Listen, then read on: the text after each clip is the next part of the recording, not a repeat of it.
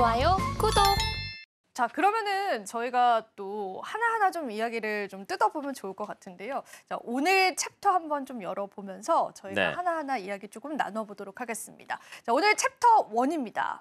보험에 관한 200% 활용도에 관해서 한번 이야기 나눠볼 텐데, 개인연금, 앞서서 말씀해 주신 것처럼 이 개인연금을 우리가 어떻게 잘 활용을 해볼 수 있을지 한번 이야기 좀 들어보겠습니다. 네, 개인연금 같은 경우에는 사실은 국민연금에 조금 불만이 있다 보니까 이거 그러면 국민연금을 대안으로 해서 개인연금을 해야 돼라고 이제 생각하시는 분들이 많은데 저희가 그냥 일반적으로 한번 생각을 한번 해볼게요. 누군가는 다 은퇴를 합니다. 그리고 이제 제 주변에도 항상 물어보면 은퇴 언제 할 거예요?라고 물어보면 모든 공통적인 답변이 하나 있습니다. 빨리 할 겁니다. 그리고 은퇴하면 뭐 하실 겁니까? 라고 하면 먹고 놀 겁니다. 하이어족이 요즘 네, 맞습니다. 빨리 해서 빨리 쉬고 싶다. 근데 놀 때는요, 돈이 들어가잖아요. 네, 생활비 은퇴하시면 얼마 들어간지 아세요? 네, 보이시는 것처럼 300만 원이 넘게 들어간답니다. 네, 근데 여기에서 국민연금이 우리가 차지하는 비중 자체는요, 굉장히 낮아요. 국민연금 평균적으로 얼마 받는지 아세요? 1인당? 전 알아요. 60만 얼마요? 원 정도 받죠. 맞습니다. 60만 원대 한 65만 원 정도 받거든요. 네. 근데 전체 생활비가 한 360 정도 필요하다라고 얘기를 하는데 65만 원이 국민연금이 되는 거예요. 그럼 나머지 부분에서 퇴직연금과 개인연금으로 보강을 해야 되거든요. 그래서 이런 것들을 조금 보강할 수 있는 게 개인연금이다라고 생각을 하시고 아니면 뭐 저희 앵커님처럼 꾸준하게 배당주 해가지고 그 나머지 300만 원을 거기서 가져오는 것도 나쁘지는 않다라고 봐요. 아, 그래요? 네, 근데 이제 무수히 많은 금융의 방법 중에 개인연금도 있다라는 것들을 오늘 잘 알아두시면 좋을 것 같습니다. 그래서 연금 준비도 저희가 스스로 알아서 해야 되는 것 같은데 개인연금 쪽에 관해서는 시청자분들이 좀 잘 모르시는 것 같기도 하고 저도 찾아본 적이 있었는데 뭐 너무 많다라고 해야 될까요? 어렵죠. 그래서 어떻게 분류를 해야 되고 우리가 어떤 기준으로 좀 잡아서 가입을 해야 되는지 좀 어려운 부분이 있어서 오늘 그런 부분들 좀 도와주시면 감사할 것 같아요. 네, 그럴 것 같습니다. 네, 개인연금 종류에 대해서 한번 알아보도록 하겠습니다. 이제 개인연금은 어느 세제 혜택을 언제 받느냐에 따라 크게 두 가지로 분류가 됩니다. 첫 번째는 세제 적격, 그리고 두 번째로는 세제 비적격입니다. 세제 적격은 납입 단계에서 세액공제 혜택을 받는 상품이고요. 그리고 세제 비적격은 납입 단계에서 별도의 세제 혜택은 없지만 연금을 수령하는 단계에서 단 한 푼의 세금도 발생하지 않는 비과세 상품입니다. 이 세제 적격 상품에는 연금저축보험 그리고 연금저축펀드가 해당이 되고요. 그다음에 세제 비적격 상품에는 연금보험이 해당이 됩니다. 쉽게 구분하는 법을 알려드릴 텐데요.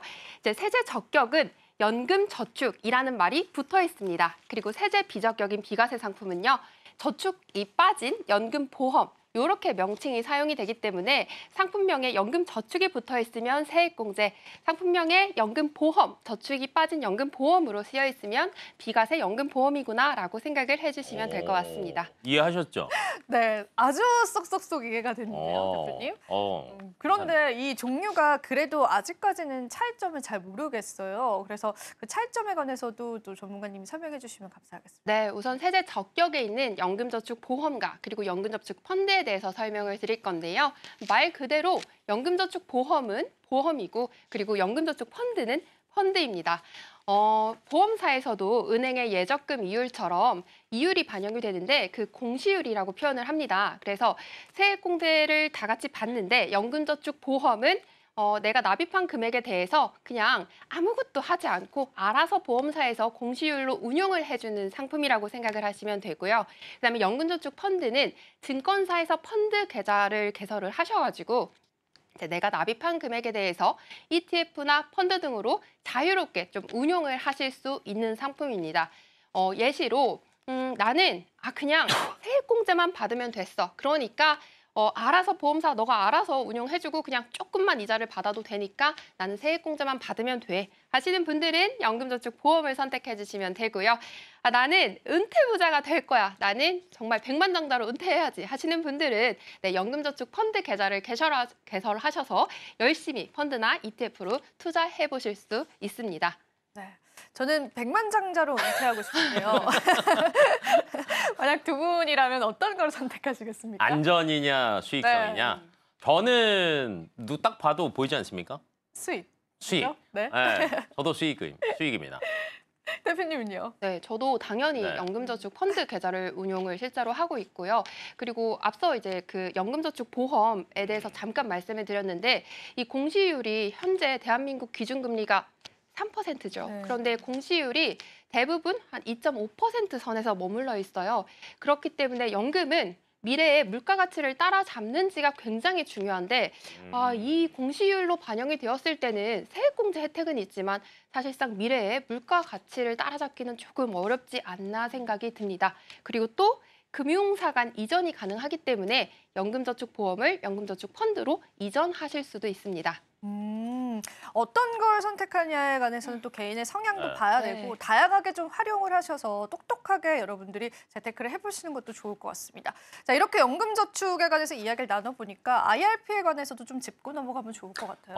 IRP, 그러니까 영어가 들어가면 좀 사람들이 헷갈려해요. IRP가 도대체 뭐냐? 그럼 얘도 뭐 퇴직연금, 뭐 개인연금 뭐 이렇게 얘기했던 것 같은데라고 이제 고민들을 많이 하시는데 그 연금저축 계좌, 보험과 펀드를 통칭해서 저희가 계좌라고 얘기하거든요. 근데 연금저축 계좌랑 IRP는요 조금 성격이 다릅니다. 연금저축 계좌 같은 경우에는 사실은 개인연금의 성격이 굉장히 강하고요. IRP는 퇴직연금의 성격이 강하다라고 생각하시면 될 것 같고 성격이 조금 다르다 보니까 보시는 것처럼 내용들도 조금 다릅니다. 개인 연금저축 펀드 같은 경우에는요 600만 원까지 사실은 세액공제 혜택을 받으실 수 있어요. 근데 IRP 같은 경우에는요 총 900만 원이다라고 얘기하는데 연금저축 펀드에 제가 만약 600만 원이 있다 그러면 300만 원만 더 추가로 세제 혜택을 주는 겁니다. 근데 여기서 하나 팁을 더 드립니다. 1,200만 원까지 받는 방법이 있습니다. 아, 그래요? 어떻게요? 네, ISA 계좌라고 저희가 또 공부를 해봤던 적이 지난번에? 있죠. 네. 네, 근데 그게 만기가 됐을 때 IRP 계좌에 이전을 하잖아요. 그럼 맥스 300만 원까지 세액공제 혜택을 더 줍니다. 네, 그래서 이런 것들을 활용하시면 좋을 것 같고요. 이제 공격적인 성향 아까 은퇴부자, 은퇴부자, 저도 은퇴부자 얘기했잖아요. 그러면 굉장히 공격적으로 활용을 해야 되는데 공격성은 연금저축 펀드가 조금 더 유리합니다. 왜냐하면 주식형 자산이 사실은 훨씬 더 공격적이잖아요. 연금저축 펀드는 100% 활용하실 수 있고요. IRP는 70%까지만 됩니다. 네, 그래서 내 성향에 따라서 적절하게 비중을 나누시면 좋을 것 같아요. 그런데 이게 세액공제 혜택을 우리가 무조건 받는다라고 해서 네. 다 좋을까? 그런 의문이 좀 들기도 하거든요. 또 의심병이 또. 네, 납입 단계에서 세액공제 혜택을 해주기 때문에 연금 수령 기간 동안에는 연금소득세가 발생합니다. 그리고 연금저축보험이나 연금저축펀드나 모두 세액공제형 상품이기 때문에 취지 자체는 국가에서 세액공제를 해주는 목적을 이제 연금으로 분류하고 있기 때문에 이제 개인에게 가입을 할 수 있도록 장려를 해주는 건데요. 그렇기 때문에 절대 중도 해지하실 이시거나 아니면 일시금으로 수령하실 생각은 하지 않아 주시는 게 좋습니다. 55세 이후부터 연금으로 수령하실 수 있고요. 그리고 중도 인출을 하시게 되거나 해지를 하시게 되면 기타 소득세 16.5%가 발생하거든요. 근데 아까 제가 세액공제가 되는 상품에 대해서 말씀을 드렸는데 이 세액공제가 되는 연금저축보험이나 연금저축펀드는 세액공제율이 13.2에서 16.5%예요. 그러니까 결국에 만약에 중도 인출을 하시거나 해지를 하시게 되면 기타 소득세 16.5% 결국에 받았던 세액공제를 다 뱉어내야 되는 것과 동일하다고 생각을 하시면 됩니다. 그러니까 상품 자체가 연금으로 만들어졌기 때문에 당연히 연금으로 수령을 하셔야 되는 상품이라고 기억을 해주시면 좋을 것 같습니다. 조금 무서운 부분들도 있는 것 같은데. 단점. 네, 오래 단점? 물려 있어야 네. 된다. 근데 이제 저희가 그래도 55세부터 받을 수 있게 되어 있잖아요. 그러면 네. 기본 국민연금보다 굉장히 빨리 수령을 하는 거잖아요. 거기에 따라서 소득으로 잡히게 되면 이게 또 세금 부담이 되진 않을까요? 세금 내야죠. 네, 근데 일반적으로 이제 저희가 연금으로 소득이 생겼다라고 하면 연금 소득세라는 항목으로 세금을 내요. 근데 언제부터 연금으로 받을 건지에 따라서 세율이 달라집니다. 세금 많이 내는 게 좋아요? 적게 내는 게 좋아요? 적게 내고 싶어요. 적게 내는 게 좋아요? 그러면요, 늦게 받으시면 돼요. 네, 근데 이 연금소득세는 80세 이후부터 받으시면 3.3%대 가고요. 55세부터 받으시면 5.5%대 갑니다. 네, 그러면 이제 뭐가 더 낫냐라고 저한테 물어본다라고 하면요. 저는 빨리 받는 게 더 나은 것 같아요. 네, 왜냐면 제 소득의 일정 부분을 어찌됐건 제가 미리 준비한 뭐 개인연금과 퇴직연금들이 준비를 해주잖아요. 그리고 이제 일정 기간 뭐 지금 현재 기준으로는 뭐 65세라고는 얘기는 하고 있지만 점점점 아마 이게 늘어나기는 할 거예요. 예, 그리고 나머지 그 기간 동안에 뭐 개인연금이랑 퇴직연금으로 잘 받으시다가 향후에 국민연금 플러스 알파에서 받으신다라고 하면 훨씬 더 유리하지 않을까라고 생각을 한번 해보시면 좋을 것 같습니다. 그러면은 우리가 또 원하는 재정 계획에 맞게끔 그 연금 수령의 그런 시기를 선택을 하시는 게 좀 좋을 것 같고요. 뭐 개인적인 성향도 좀 이 부분에 영향을 줄 것 같습니다. 네. 그리고 최근에 뭐 투자의 한 가지 방법으로도 많이 활용을 하시잖아요. 우리가 이 연금저축과 같은 것들을 어떻게 하면 투자적으로 활용을 좀 해볼 수가 있을까요? 네, 연금저축 펀드 계좌는 앞서 대표님께서 말씀해 주셨던 것처럼 100%까지 주식형 자산에 투자가 가능하기 때문에 매우 공격적으로 또 운용을 해볼 수 있습니다. 그래서 제가 이제 개인적으로 포트폴리오, 가장 이상적인 포트폴리오에 대해서 여러분들께 알려드릴까 하는데요. 숫자 7, 2, 1을 같이 기억해 주시면 됩니다. 일단 7은 미국 주식형 ETF, 그다음에 2는 채권형, 그리고 1은 골드, 금 자산입니다. 그래서 크게는 공격자산 7, 그다음에 안전자산 3으로 이렇게 분류가 되고요. 조금 더 상세하게 말씀을 드려보겠습니다.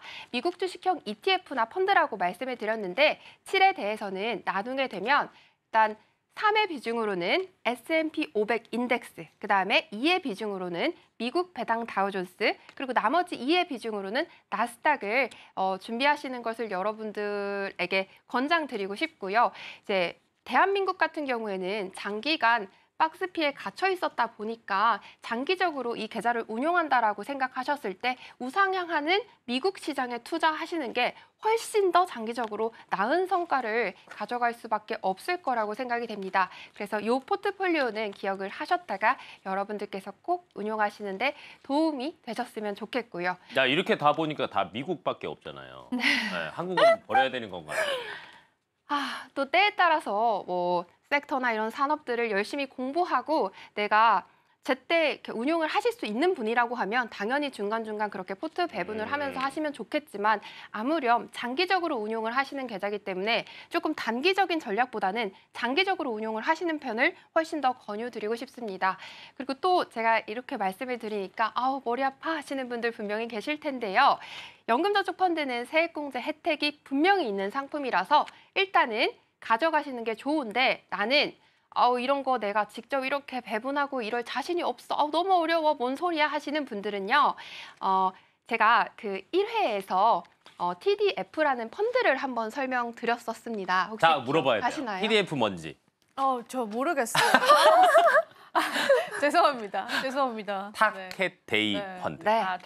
타겟 데이트 네. 펀드라고 해서 생애 주기별 맞춤 전략을 취하는 펀드예요. 그래서 내가 그냥 이렇게 자산을 직접 배분하지 않고 그냥 TDF 펀드에 운용을 맡기면 은퇴가 한참 남았으면 이제 공격 자산 위주로 운용을 하고 은퇴가 가까워질수록 안전 자산 위주로 자산 운용사 자체에서 운용을 해주면서 수익을 낼 수 있는 펀드입니다. 그래서 다 이런 거 모르겠고 나는 그냥 좀 수익은 내보고 싶은데 어떻게 해야 될지 모르겠으니 좀 뭐 없을까요? 하시는 분들은 요 타겟 데이트 펀드를 퇴직연금과 동일하게 활용해 보셔도 좋은 전략이 될 것 같습니다. 네, 좋습니다. 알기 쉽게 잘 설명을 해주신 것 같고요. 그래도 많은 분들이 노후 자금은 좀 안정적이게 원하시는 네. 것 같아요. 그래서 대표님께 질문 드려보고 싶은 게 네. 세제 비적격 연금 보험에 관해서도 좀 설명을 해주시면. 네, 맞습니다. 이제 개인연금은 크게 보면 이제 두 가지 종류가 있다라고 얘기했죠. 세제 적격, 세제 혜택 빨리 주는 거, 비적격이라고 해서 야, 그럼 이거 안 주는 거 아니야라고 생각하실 수 있는데 주는데요.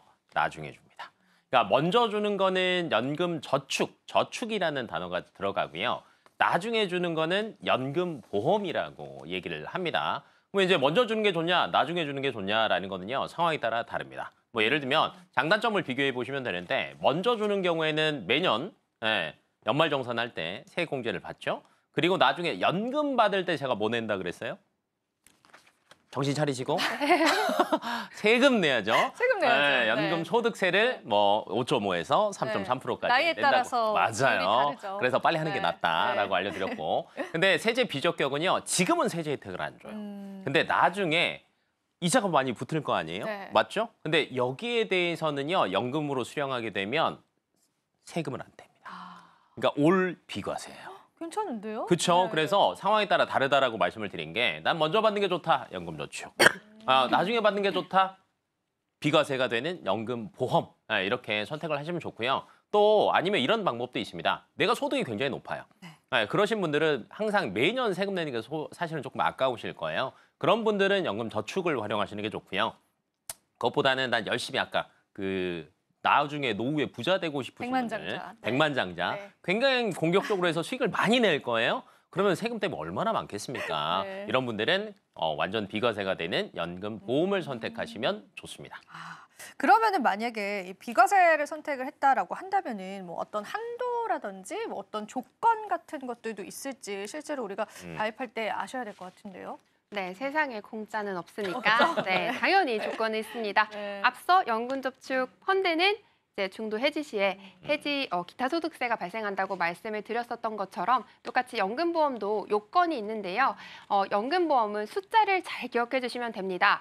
일단 두 가지로 나뉩니다. 첫 번째는 월납 조건이고요. 그리고 두 번째로는 일시납 조건입니다. 월납 조건에서는 150, 5, 10을 기억해 주시고요. 일시납 조건에서는 1, 10을 기억해 주시면 됩니다. 자, 월납 조건부터 설명을 드리겠습니다. 150만 원 이하, 납입기간 5년 이상, 그다음에 10년 유지 시에 비과세를 적용받을 수 있고요. 그리고 일시납 요건으로는 1십해서 1억까지 10년 유지 시에 비과세 혜택을 적용받을 수 있습니다. 그런데 이게 2017년 4월 이전에 이 동일한 비과세 상품의 그 한도는요. 지금은 150만 원이라는 월납의 한도가 정해져 있지만 2017년 4월 이전에는 무한이었어요. 맞아. 그래서 납입 금액이 300, 예를 들어 3천만 원이었다 하더라도 발생한 이자 차익에 대해서 일절 이자 소득세도 그다음에 연금으로 수령하시는 단계에서 연금 소득세도 없었습니다. 그래서 실제로 고액 자산가 분들이 많이들 활용하시고 계신 상품이라고 생각을 하시면 될 것 같고요. 비과세에 대해서 조금만 더 설명을 드리면 예를 들어 내가 적립금을 1억을 부었고 연금 개시하는 시점에 연금 적립금이 3억이라고 가정했을 때 이자 차익이 2억 원 정도 발생하잖아요. 근데 이 2억 원에 대해서 단 한 푼의 세금도 발생하지 않고 온전하게 내 연금으로 수령할 수 있는 구조라고 생각하시면 됩니다. 네, 너무 좋죠. 이렇게 듣기만 하면 굉장히 좋고 솔깃하기는 해요. 근데 제가 의심이 많잖아요. 수익이 계속 날 수 있을지, 뭐 위험한 리스크는 없을지, 하물며 갑자기 네. 망하지는 않을지. 네, 그러면 이제 여기에 제가 조목조목 하나 알려드릴게요. 첫 번째, 망할 수 있죠. 네. 근데 과거에도 사실은 보험사들 굉장히 많았거든요. 그러니까요. 망한 보험사들 많습니다. 많아요. 뭐 녹십자 생명 이런 거 들어봤어요? 들어봤어요. 금호생, 이거 나이가 많은 건데 그러면? 금호생명 이런 거 들어봤죠? 네. 근데 이제 보험사들은요, 망해도 조금 그래도 리스크가 조금 낮습니다라고 말씀을 많이 드리는데 왜 그러냐면 보험사에는요, 기존 고객들이 있죠? 근데 이분들은 돈을 매달 냅니다. 그러니까 현금의 흐름이 좋아요. 그래서 그대로 인수가 되는 경우가 굉장히 많고요. 그다음에 자막에 나오는 것처럼 보험사에 한 번이라도 저축이나 이런 걸 해보신 분들은 이런 생각을 꼭 하십니다. 야, 근데 사업비라고 해서 돈 엄청 떼던데, 야, 실질적으로 남는 게 별로 없던데? 라고 생각을 하실 거예요. 그러면 이렇게 생각하는 사람들은요, 오늘 해결해 드리겠습니다. 보험사에는요, 기본적으로 사업비가 뭐 상품에 따라 다르긴 하지만 개인연금은요, 한 5에서 10% 정도를 수수료를 떼요. 근데 5에서 10%를 수수료를 아예 안 떼는 방법이 있습니다. 어떻게요? 알려드릴까요? 네. 추가 납입을 활용하면 됩니다. 그거는 뭐냐면 예를 들면 제가 한 달에 50만 원을 개인연금을 준비를 하고 싶어요. 예를 들면. 네. 그러면 50만 원을 다 내면 수수료 10% 계산하면 얼마 떼요? 5만 원 수수료 떼갑니다.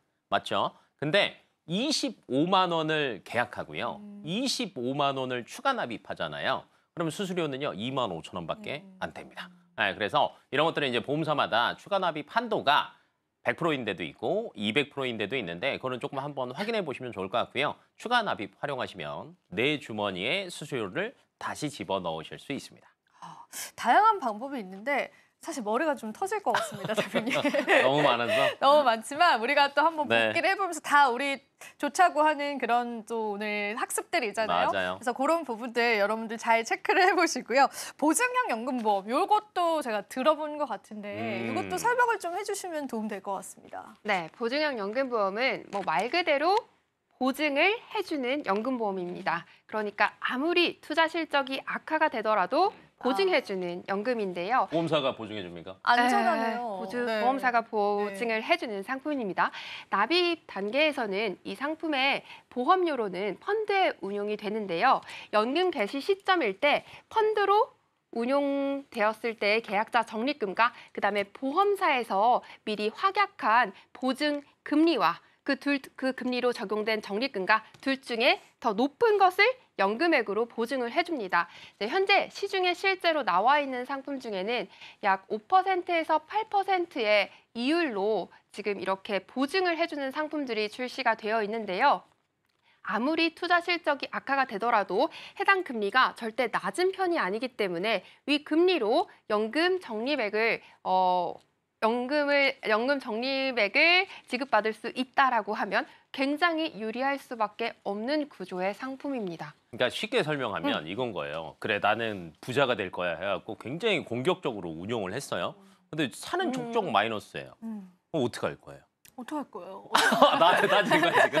어떻게 할 하실 거냐고? 거예요? 네. 네, 그때 이 보증형이 빛을 발합니다. 네, 예를 들면 내가 마이너스라고 하더라도 예를 들면 보증형 8%다라고 하면요. 그래도 그 기간 동안에 8%로 계산해서 주는 거예요. 그럼 당연히 제 리스크는 그래도 떨어지는 거죠. 네. 더 공격적으로 해도 돼요. 네, 그래서 보증형이 되는지 안 되는지도 확인을 꼭 해보시는 게 좋습니다. 과거에는 이제 보통 보증형 연금이라고 하면 원금만을 보증을 해줬었거든요. 맞아요. 그런데 현재는 이제 글로벌 기조 자체가 통화 긴축 정책이 이루어지고 있다 보니까 작년부터 올해까지 계속해서 금리가 상향이 되어 왔습니다. 그래서 최고 8%까지 보증해주는 이제 상품도 출시가 되었는데 뭐 은행 예적금만 따졌을 때도 우리 앵커님 만약에 5% 예적금이 있다, 네. 6% 예적금이 있다, 8% 있다 하시면 하실 8% 지. 건가요? 하죠. 네, 하죠. 뭐 5%도 굉장히 높은 편이고요. 하죠. 그런데 이거를 연금 개시 시점까지 계속해서 매년 지급을 해준다라는 건, 보증을 해준다라는 건 절대 적은 금리가 아닙니다. 복리로 환산을 해도 한 4% 정도가 나오거든요. 그리고 또 우리 대표님께서 아까 사업비가 제일 큰 문제가 된다라고 하셨는데 이 보증형 연금의 최대 장점 한 가지를 말씀을 드리면 납입 단계에서는 펀드로 운용이 되기 때문에 당연히 사업비가 발생합니다. 그런데 연금 개시 시점에 얘네가 보증해주기로 한 이 이율은 사업비를 차감하지 않은 이율이에요. 그렇기 때문에 사업비가 제일 큰 문제가 되고 있다라고 하면 연금 개시까지만 유지하시면 사실상 이런 보증형 연금의 상품은 사업비도 문제가 되지 않는다라는 거 굉장히 좋은 상품. 그러니까 이게 알아야 돼요. 네, 알아야지 8%짜리도 찾는 거지. 네, 저희 그러면은 네. 또 마지막 질문이 될 것 같은데요. 네네. 우리 길 대표님이 또 네. 750만 뷰의 유튜버 스타시잖아요. 우리가 연금 잘 받을 수 있는 방법 있을까요? 이제 뭐 잘 받는 걸 하나 더 알려드리면 이제 결혼하셨죠? 네. 자녀가? 있죠. 있죠. 근데 이거를 자녀를 활용하면 연금을 받는 활용한다고? 액수를 네. 더 많이 받을 수 있습니다. 아, 그래요? 네, 어때요? 왜 그러냐면 실질적으로는 이제 보험사 같은 경우에는 계약자, 피보험자, 수익자라는 조금 어려운 단어를 써요. 계약자는 뭐냐? 돈 내는 사람. 네, 피보험자는 이거에 혜택에 되는 사람. 수익자는 그로 인해서 혜택을 내가 내 주머니로 들어오는 것가 수익자예요. 근데 요대로만 따라하시면 됩니다. 계약자 부모, 피보험자 자녀, 수익자 부모를 하게 되면요. 계약자가 부모가 돈을 냅니다. 개인연금보험에. 그리고 피보험자 자녀 기준으로 요즘에는 보험사마다 조금 많이 차이가 생기는데 18세부터 연금 개시하는 상품도 있고요. 30세부터 하는 것도 있고요. 45세부터 하는 것들도 있거든요. 그러면 빠른 시일에 연금을 개시해서 오래 받으실 수 있는데 그 돈이 누구한테 들어오느냐? 제 주머니로 들어옵니다. 네, 그래서 사실은 저희 애들이 둘이 있거든요. 네. 네, 첫째랑 이제 둘째가 태어나자마자 저는 증권사 계좌도 만들어줬고요. 그쵸. 네, 보험사의 이 2대 연금 계좌도 같이 만들어줬어요. 와, 똑똑한 아빠네요. 네, 뭐 배운 게 이거밖에 없어요. 네, 그래서 활용해 보신다라고 하면 굉장히 유리하실 겁니다. 네. 그러면은 또 여기서 질문이 드는 게 어떤 순서로 우리가 재무 계획을 좀 세워보면 좋을지 대표님께 한번 여쭤보겠습니다. 어떤 순서로 할까요, 저희? 네. 일단 저희가 이제 세액공제가 되는 상품과 비과세가 되는 상품을 오늘 크게 두 가지 공부를 해봤는데요.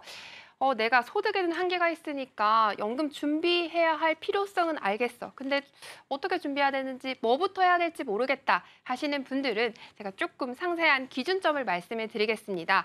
내가 소득이 높고 연말정산 시에 세금을 뱉어내는 게 많다 하시는 분들은요. 연금 저축, 세액공제가 되는 상품을 우선순위로 선택을 해주시고요.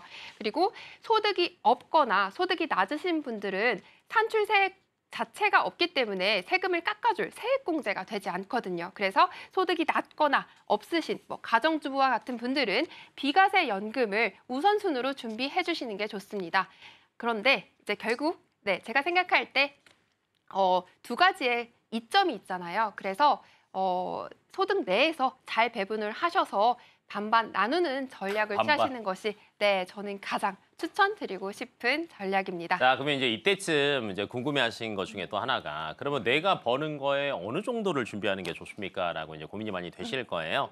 개인연금 같은 경우에는요, 거의 이제 내 소득의 10에서 15%를 넘지 않으시는 게 가장 좋습니다. 내가 만약에 급여가 300이다라고 하면 30만 원 정도가 제일 적당하고요. 네, 뭐 500이다라고 하면 뭐 30% 아니 10%니까 거의 50만 원 정도. 그러니까 이 정도만 해도요. 사실은 그렇게 나쁘지는 않고요. 이 비율 기억하시면 될 것 같아요. 국민연금은 알아서 나가는 거고 퇴직연금도 제게 또 알아서 나가는 거잖아요. 그냥 내 개인연금은 내가 버는 거에서 10%는 넘지 말자. 네. 지금 바로 구독을 눌러보세요. 실시간 경제 뉴스, 투자 전문가들의 다양한 시황과 정확한 분석, 또 알찬 투자 정보까지 신뢰할 수 있는 저희 서울경제TV와 함께하세요.